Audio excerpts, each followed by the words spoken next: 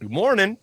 Good morning, ladies and gentlemen, boys and girls. Welcome back to another episode 32 of the Bob and Frank Hockey Podcast, trying to figure out how to develop hockey players. Grego, how we Oh doing yeah, today? fantastic, fantastic. It's a beautiful morning to talk about hockey. How about you? Great day for golf. Yeah, Yeah, yeah. things are gearing up. Clinics are done for the summer. Time to get focused on our team training. Mm-hmm. KSL, huge year. OMHA, Mm-hmm. love to see it. We're gearing up. Question, comment of the day. If you show up to a Grego hockey clinic, Mm. what's the number one thing you're going to develop? Um, Escapes? I gotta say, as of this summer, it's been battle city the entire summer. So it's gonna be stick detail, it's gonna be defensive detail, it's gonna be puck protection on the offensive side, a lot of attacking, cutting hands, cutting triangles, deception, just one-on-one battle city. Love that. Yeah, you know what? I can't even put my finger on one skill, but um, somebody just mentioned it depends what you got to read the room. You can't just kind Yeah, of go in and yeah, just be like, this is what I do. And I don't care if you're a pro hockey player or learning to skate, this is what I'm going to do. But I'd say a common theme is just developing confidence. yes. Get the Good. kids off the ice more confident with their battles, more confident with their off the rush moves, more confident with their power skating. I would say that's the number one thing. That's That's a a big common one. theme. That's a big one. Yeah. Love to hear in the comments though. What's the number one thing that you either like to practice if you're someone attending or if you're a coach out there? How do you influence your players? Mm-hmm. Love to hear that answer from our guest. We got Brock Hauser, Brock HyperX Hauser. Hockey. What a stud. Owner of HyperXHockey, current junior player in the Niagara region, looking to play for Welland Junior Canadians for another year. Welcome to the Bob and Frank podcast, Brock Hauser. Thanks for having me, guys. Appreciate it. Yeah, buddy. Thanks for coming on. Real good opportunity. Yeah, no, it's a really good question. I love the confidence answer. Something I used to kind of struggle with when I was younger. I kind of knew I had the skills, but there was some times where I didn't believe in myself to the fullest of my potential, and you could see it on the ice, and it Mm-hmm. was the thing that I definitely needed to work on. But once I kind of felt more confident in the game, I got going. You could definitely tell that I was going. You know what I mean? A good pass. Uh, Yeah. Scored a goal, got an assist, made a good defensive play, and then I was just going. I just built off of it. So, I remember hearing Spencer. Sorry, buddy. I remember hearing from there was one year I played AAA hockey in Toronto, and the coach was like pulling me aside and being like, buddy, if you score in the first period, you're the best player on our team. And if you don't, you're just miserable. You suck. Like, you know, that's a thing, eh? We've heard that before, 100%. 100%. I know players that are in There's the same players boat. that when they get the ball rolling, they're just unbelievable, and it's a confidence thing 100%. We were talking play up, play down recently, you and I, Spencer, right? Yeah. That's another big one too. And coaching at the junior level right now, there's been some discussion about um, taking new players. You know a couple of the new players on the Niagara Falls Canucks team I'm coaching with this year, Spencer. Cameron Power and Cassius Peters, these guys from Whitby U18, Campbell's team there, right? Yep. And they were top dogs in Whitby, and they're coming into to Junior A, and they look great right now. They're full of confidence and all that good stuff, right? Nice. And then the conversation was, what if they had played last year, let's say Junior B, and they were riding pine, kind of a fourth line guy, and then so there was some, for example, there's some 08 players, some young players, 16, 17, 18, that didn't make our team at camp this year. And kind of the comment was, go back and play U18 AAA rather than go back and play Junior B. Play That was down. right. Play down. Go get some comp. We'd rather, if you come in next year and this season upcoming, you've been a relied on guy, a heavy minutes guy, an every situation guy. That's going to make you a better hockey player than, that's the argument anyways, than being a fourth liner somewhere. You think and a lot of junior guys, maybe sometimes they think you step into the fourth line somewhere as a 16-year-old, and next year it'll be third, and next year, but sometimes it doesn't work like that.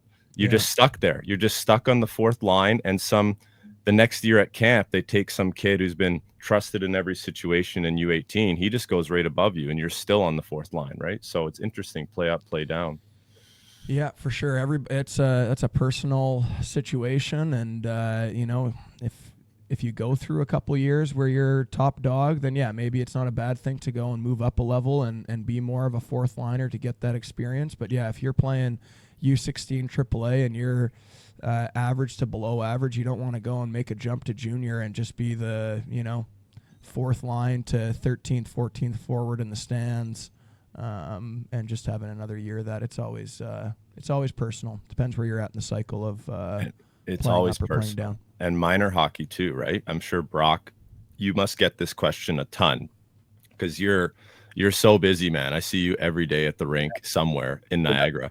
I've seen you with different levels of players too. So you must get this question a ton from parents, like during tryouts or whatever. Should I go play? Should I scrape my way onto this AA team? Should I go back down to single A? Yeah. And a lot of people are, you know, letter chasing, as they say, right? Anything for another A. But I'm sure you've been in that position sometimes where you've given a parent advice like, it's fine, play single A again, be confident, have a great year. You can go up next year. Sometimes that's better advice than being, you know, maybe not ready for that next level yet. Yeah, like some parents will come up and they'll be like, you know, he's close, right? He's going to play, but he might not play enough. Do you think it's a good idea? And I'm always like, you got to think of it this way, right? If you're scraping, he's not going to play as much. He's not going to have as much fun. He's not going to develop because he's going to be, you know, his confidence is going to waver, right? He's going to be down on himself if he can't perform at the highest level. But if he goes back and he plays a consistent year, develops a lot more, plays in better scenarios, right? Plays in more scenarios, gets more ice time, develops that confidence, right? Works on those skills. And then the next year he comes back, maybe he's a mid to top end player in that league, right? Because he developed that much. So yeah, it's a pick your battle type of thing. But yeah, I agree for sure. Yep. So Brock, you're still playing junior. You grew up in the Niagara region. Yeah. You mentioned kind of at moments struggling a little bit with confidence. Were there anyone in particular, whether it's siblings, parents, coaches, that kind of maybe got you over the hump or kind of made you level up because of you know, their influence, their advice? 100%. Yeah. Even in minor hockey, like it happened a lot more when I started my junior career, but in minor hockey, when I would like have a bad game or something like that, I struggled with getting too low, right? I always got too low. Like I know they always the saying, never get too high, never get too low, right? Because you don't want to, you know, dwell on your losses. But I would make a bad pass, have a bad game, have a turnover, and I would, you know, harp on myself for the next week, and it would just affect me. And my mom kind of saw it a lot, and she would sit me down and she would talk to me and say, like, everybody makes mistakes. Just because you're making mistakes doesn't mean you're a bad hockey player. You're at this level for a certain reason, right? You're here for a reason. And kind of helped me develop that goldfish mentality. And I talked about it in the video. I just kind of just posted. It was like, if you make a mistake, you gotta have that quick, you know, quick. You gotta forget, because you can't dwell on that because the game's too quick for you to sit in the back and just feel bad for yourself. You know what I mean? Like you know, you're good enough, you know, you're there for a reason, trust your skills. And she kind of helped me develop that mindset, which took me a long way for sure. I credit her for a lot of that. She helped with the, you know, the psychological part of the game, and kind of helped me now teach kids the psychological part of the game. And I think it's a huge part. I think I usually say, like, I don't know, hockey's definitely more psychological than it is physical. Like it's the truth. Oh, especially at the higher levels. 100%. And I love watching those TikToks and YouTube videos of these pro players even saying it. Yeah. Stuff like that. Like it's so prominent in the game nowadays, and it's a huge part. What a story. Your mom has been helping you 100% emotionally to get better. I've heard of quite a few parent stories that sound different. Yep. It's what a message to parents, right? You can be such a positive influence on their confidence. The things you say on the ride home, right? Yeah, because you're receptive when you're young, right? You listen to things, you hear them out, right? Because that's, you know, they're like your idol and stuff like that. So when they're saying stuff to you, you listen, and it goes a long way, especially if you have a good relationship with them. Like my mom and I are really close. So it was good to hear. It was good.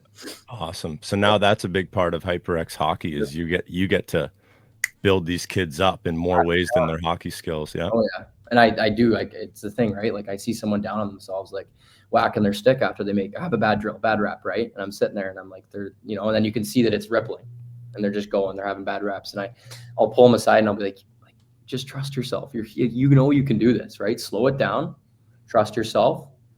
And then it's just like magic. It's crazy. Yeah. Just that little word of encouragement and reinforcement. Someone believes in you and you feel better about yourself. It's just the truth. It helps you believe in yourself. Love it. Mm-hmm. Yeah, sometimes I think there are some kids that need a little pat on the back and a little extra encouragement, but some kids need a kick in the pants and they got to get brought back down. Yeah, you got to. Yeah. If they're out there and they're trying to do the drill, like if we're talking skills, if they're trying to do some drill correctly and they're messing up the puck and there's a stick slam, that's a different story than the kid who's flying through there not doing what you're asking them to do. And then, then touching the ice, doing a celebration after a Michigan. We've all been there. Yeah. Yeah. Yeah. Just to tie into what you were talking about there with being confident or kind of letting the mistakes go. I saw a good line from a coach the other day, and it was, I'm going to butcher it, but try to find an emotional attachment to your good plays and try to have a strategy to disassociate from your mistakes. And then the next line was a lot of players actually do the opposite. They have the emotional attachment to their mistakes that make it linger. And then they almost have a strategy that they kind of forget all those really good plays they do. And that's just like, well, yeah, of course I made a 6 saucer pass, but it's like, it really should be the opposite, where you can highlight in your brain the positive plays and you can have a strategy to have that goldfish memory when you make a mistake. 100%. Yeah, Happy Gilmore struggled with that. Yeah, and once he got clicked on the happy place, there's a gold jacket. What a movie! Yeah. It's funny. Definitely, you hear about that in so many sports. In tennis, what separates the best players is the switch of the move to the next point positively, blah blah blah, and definitely. In hockey, you see it if you're not only in a skill session, but if you're on the bench, like at Brock, I know you're coaching this year as well, and Spencer, you're coaching. That's such a huge thing, is the vibes, whether it's individually, the one player who's down, or the whole team too. Like you get it, the momentum swings are huge when the kids are in a vibe, in a good vibe, in a confident, and you get a little bit rolling. This swings, the flows and swings and momentum swings of hockey are crazy, and it seems to be so much mental and emotional. Yeah, for sure. Yeah. Grego, anything that you wanted to kind of talk to Brock about in terms of his playing career there? Yeah, 100%. Brock, so tell me, you had how many years in junior now? 4 years. Yeah. Whether it was in junior, I know you're talking about your mom being a big influence in helping you psychologically, emotionally. What other adversity have you been through in your hockey career, and how did you get through it? Yeah. It leads me kind of right into 17 years old. First game for Welland. I played for Welland when I was 17. We were playing against the reigning GOJHL champions, the St. Catharines Falcons, in game 1. It was the ring ceremony. Their barn was packed. The vibes were electric. I was ready to go. Had a really good preseason. I was feeling good, and Welland trusted me. We had some talks with the coaches before. It was going to be a good year. Second period, I line up right next to a hometown guy, and we're talking. He's from Dunnville, where I grew up, and we're just chatting and whatever. Play goes on. Puck gets dumped into my corner. I see him coming down. D-to-D pass. He's coming to give it a hit to me. I'm prepared. I get low, right? Something just got hit. Screamed, "Ow!" He looked back. I can't even explain the feeling. Crazy. Something just snapped in my shoulder, and I'm skating. I'm standing up, and I was skating up the ice, and my defense partner had the puck. He looked at me to give me a DDD pass, and I'm screaming at him, no, like I can't move. I'm like, no, like this is not. Don't do this. I'm like, please. And one arm. Yeah, I got one arm. I'm holding my arm with my other stick, not even my top hand. And I get off the bench, and or I get off on the ice or whatever, and I'm standing there, and my trainer comes up to me like, "You good?" I'm like, yeah, I'm fine. Put a little bit of water on it. You know, when you soak a shot in the rink and you put a little water on it, it freezes it, numbs it, you think you're fine. So I thought it was one of those situations. I'm putting water on it, and he's like, you good? I'm like, no, it didn't help, right? Trying to move it around, nothing's moving. So we go to the room. I knew something was wrong because I pulled my shoulder pad to the side, and my collarbone was sticking right up. And oh boy, kind of that moment where, I don't know if you guys have ever had an injury like that, where you get lightheaded, right? Because it's like, oh, you're panicking, right? It's like type of thing. So yeah, just panicked. He was trying to calm me down, my trainer. Credit to him, great through the whole thing. But then this is the problem. The period ended. So all the boys are coming back into the room, and they all look at it and they're screaming like, oh my, that's disgusting. And like, it's not helping me, right? I'm sitting there with my and they're making me feel great about myself right now. I'm almost fainting. I'm on the cusp. And they're screaming at me here like, oh my gosh, like what's wrong with your shoulder? I'm like, guys, I don't know. Like, I'm just sitting here, you know what I mean? So like, yeah, my trainer was like, guys, get out of here. So he shoveled everyone into one room. So parents came down, and it was just kind of, we had to cut my neck guard off because I couldn't raise my arm. So I went to the hospital, sat in the emergency room for 5 hours, nothing. They gave me nothing because they thought it was dislocated. So they're like, oh, we don't want to give you a drug to mix with the anesthetic to pop it back in. So I'm just sitting there. I'm like, oh, just pop it back in. Like, come on, hurry up. You know what I mean?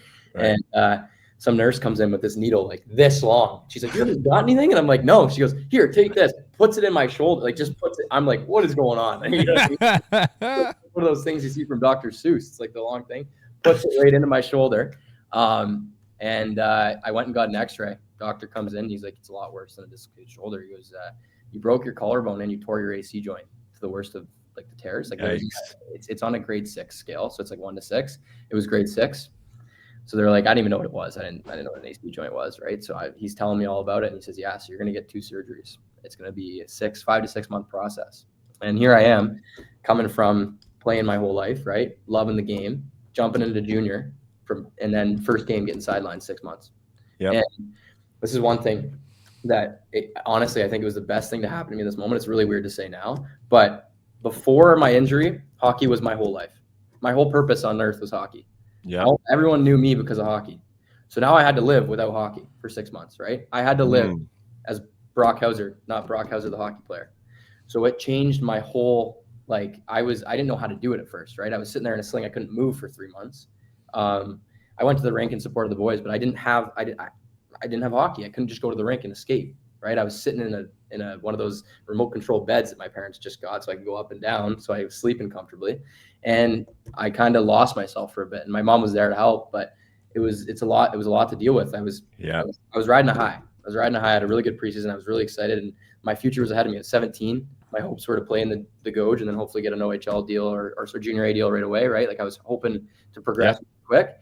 And it's like just slammed it shut, that door. And I was like, so it was hard. That adversity was huge, and it really sucked. And I sat there for a while and reflected on like, who am I now? Like, right, who am I now besides the hockey player?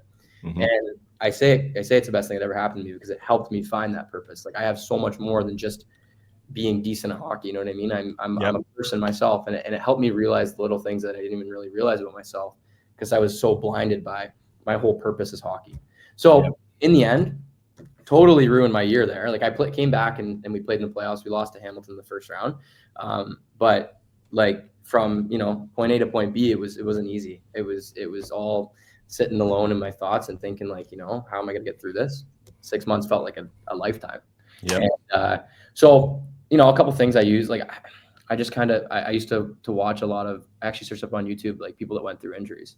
And I can't remember his name. There's a football player. His career ended. He got hit.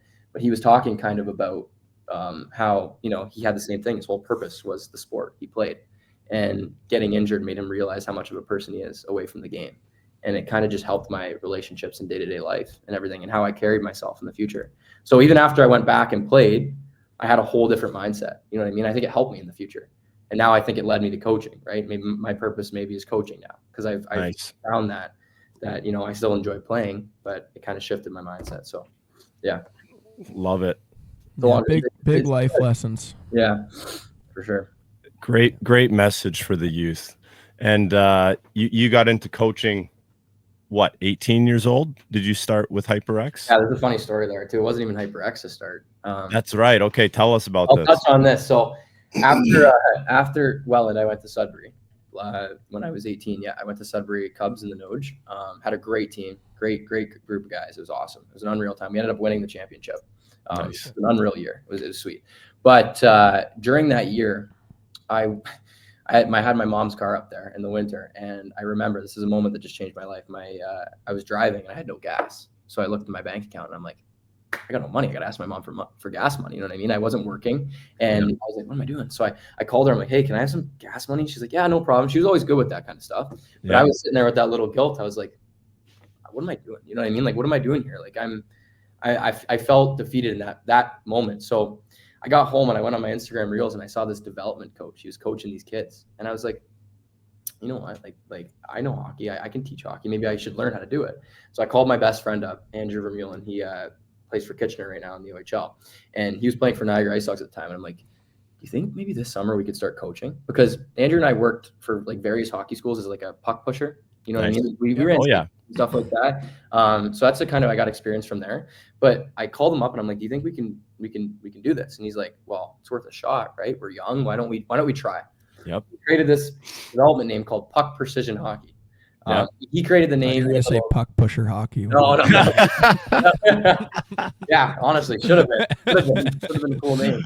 But yeah, so we started that up last summer actually, and we got a lot of pull because he played for the Ice Dogs and people knew kind of obviously the Ice Dogs, and a lot of kids came in and we ran it out of the Port Colborne the Valley Health and Wellness Center, and it was good. I mean, we got a lot of buzz in June, but we were new to it, right? So we were still learning. We were going through it. We didn't want to we felt a lot of pressure. We didn't want to have parents obviously pay for the kids to be on the ice and us not know. So it was a lot of pressure for us to learn the game, right? We knew the game. We just wanted to learn how to pass it down properly. And I'm sure it's a big learning curve when you're a coach, right? So if I was to look back now, I'd probably be like, oh, what was I doing, right? Because now I obviously know what I did. But everyone had to start somewhere in that way. So we started, and then he actually got traded to the Kitchener Rangers, and we decided to do a full rebrand.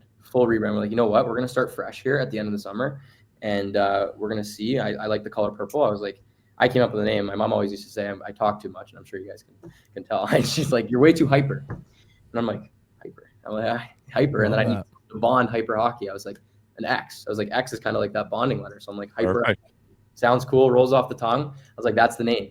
And so kind of how that was formed. And we kind of just started it up in late August of last year.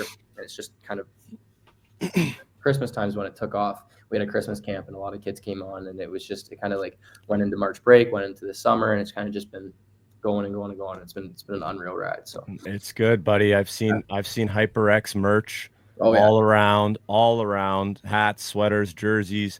Every kid I know is speaking so highly of you. The parents, they love training with you. So you're doing good, buddy. Love to see it.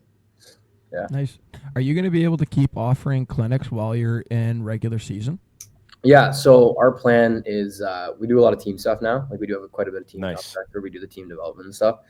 We still want to keep the big weeks. Like we want to have the clinic on Christmas, like the Christmas clinic, not on Christmas, but a little bit before. Obviously, March break's a huge week. We want to do a March break thing. We're planning to offer like the clinics still. But our focus throughout the year is privates and like team contracts when we can fit them in. And then in the summer, it's obviously the clinics and private. We were really private heavy this summer. We had a lot of private groups. Nice. I love working in small groups because it's very easy to correct quick, right? With the test that too, because there's a small amount of kids, you don't feel like you're stopping the whole pace, right? Yeah, exactly. Yeah. But yeah. How lucky are the Niagara Nationals to have you two weapons on the bench? That's insane. Yeah. Yeah. It's a stacked coaching staff. Good for you. Good for the kids. We got a stacked coaching staff. We got Brock's buddy Ryan as well coming on board. It's gonna be a great season with the Nationals. Bunch of young kids. I've never coached.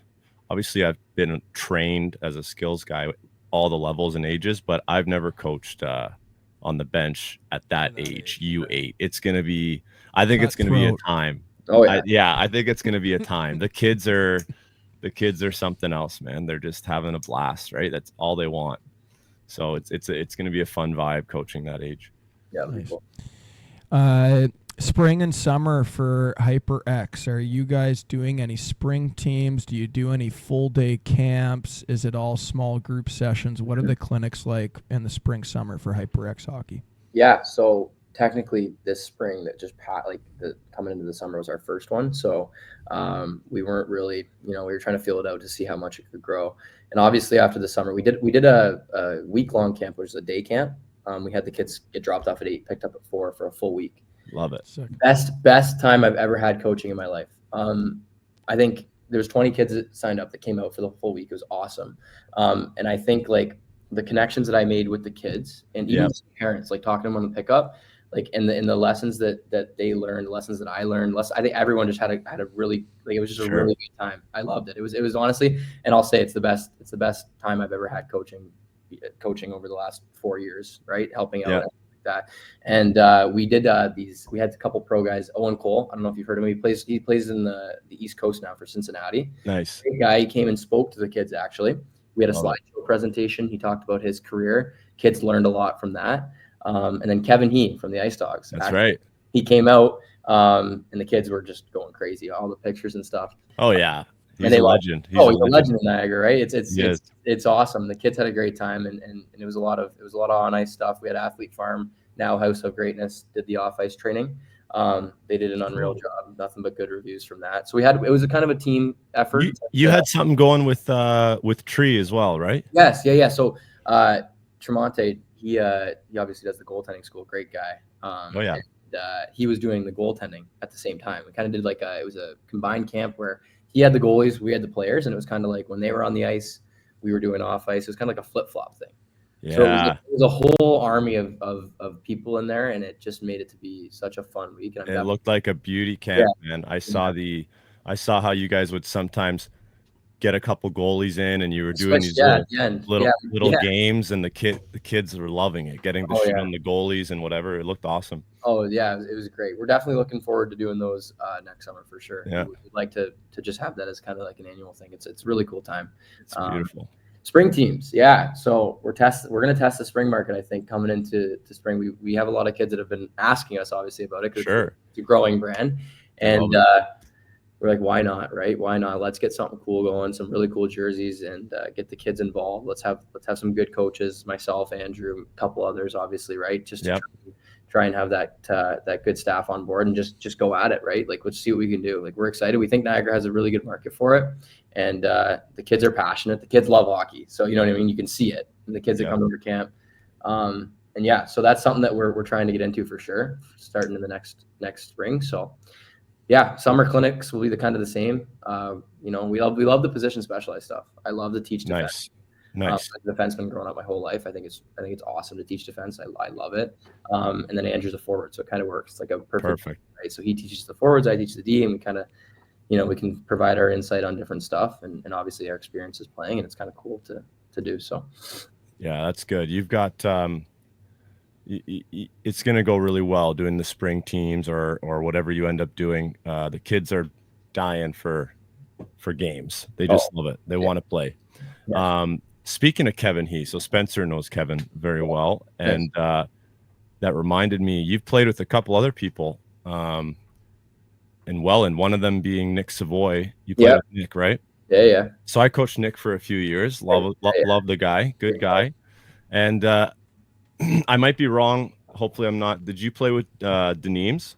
Yes. Yeah.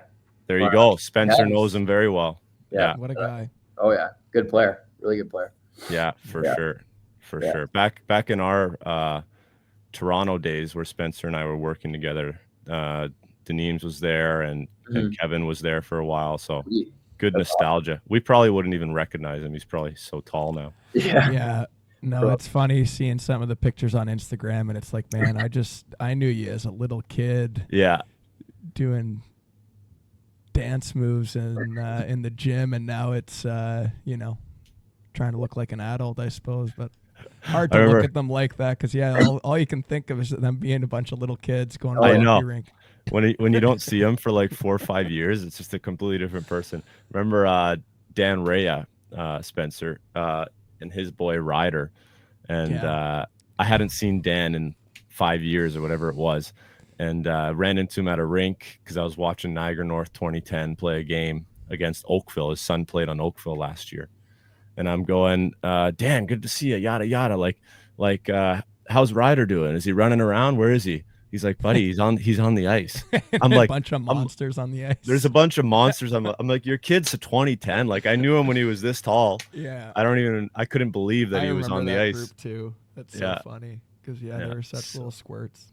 Yeah, that's one of the coolest things about coaching is all these guys you're training with, Brock. You're gonna see them for sure every year, getting older and getting better, and grow up with them, right? it's cool, man. Very cool. Yeah. No, it's awesome. Yeah. A question we like asking our guests, especially like, I don't know, you'll see it on reels. We're at the Brock Coaches Seminar, and very reputable coaches will bring up skill in today's game has skyrocketed. Everyone's very skilled, smooth skating, great hands, wicked releases. Shots are completely different. You see grade 8 kids who can just rip a puck as hard as we can. It's intimidating. But they all mention that hockey IQ is trending down. One, do you agree with that, with what you've seen? I think they are kind of not only that it's trending down, but that it's skill coaches' fault. Skill coaches it's all their fault. Is there anything at HyperXHockey that you do to influence hockey IQ?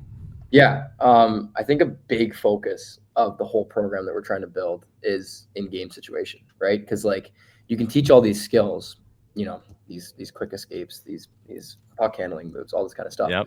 But how are they going to use it in the game, right? And so a question I always love to ask at the beginning of a drill is, do you know where this will be used in a game?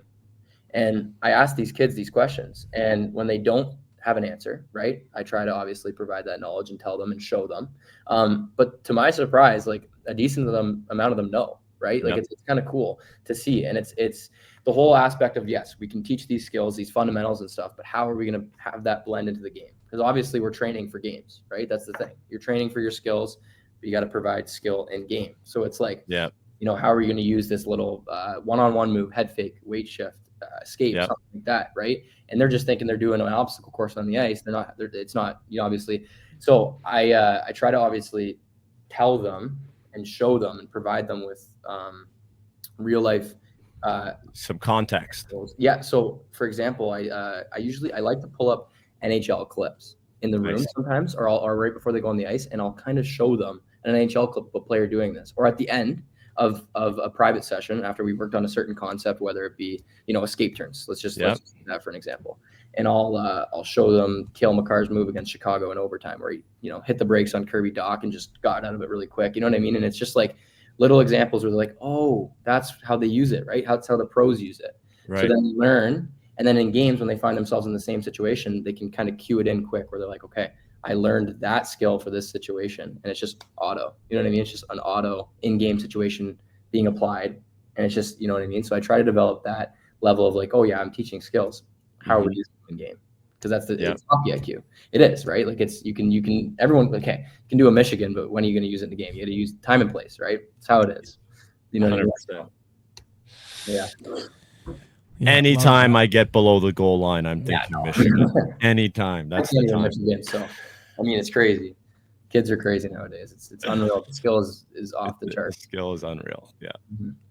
Yeah.